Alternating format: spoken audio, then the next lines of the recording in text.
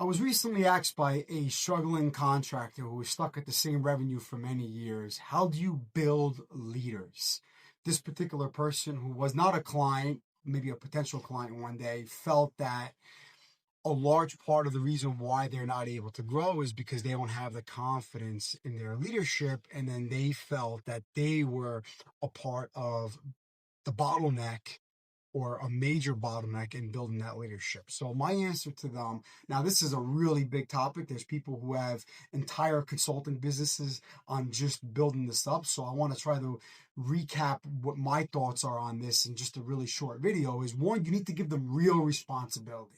Like real responsibility. You need to really outline expectations that you require of them on a per day, per week, per month basis, and let them understand what success looks like in those responsibilities that you're giving them.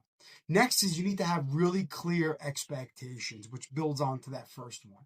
What does success really look like in this responsibility that you're giving them, right? So if a person is a foreman and they want to become a super, start understanding what are the top 3 priorities that they can handle without you holding their hand.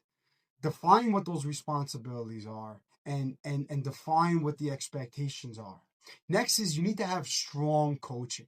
This is where a lot of people that are trying to build leaders fail because they're not great leaders themselves. And you really need to be true with yourself if this is really the role that you want to take on.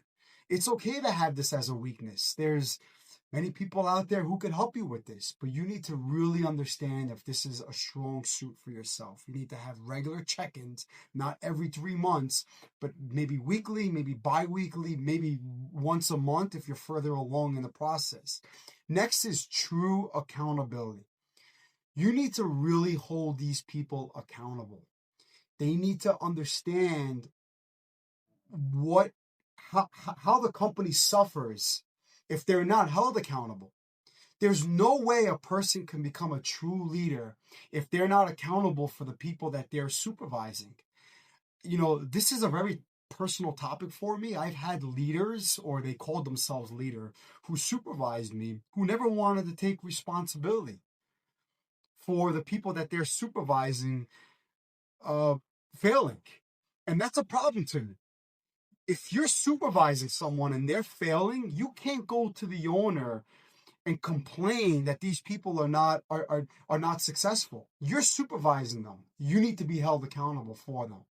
And next is visible growth. You need to be really clear with if that person is succeeding at what you're training them to do and what their future looks like. And you need to help them understand, hey, maybe being a project manager isn't your best path. Maybe being an estimator is. Maybe being a super is not your best path. Maybe you're more technical and you should be a project manager rather than a super being out in the field all day long. So you need to have the confidence yourself to really be able to build a roadmap for the people you're leading, because they're relying on you to make great decisions for them to help them build their future growth plans as well. I hope this helps.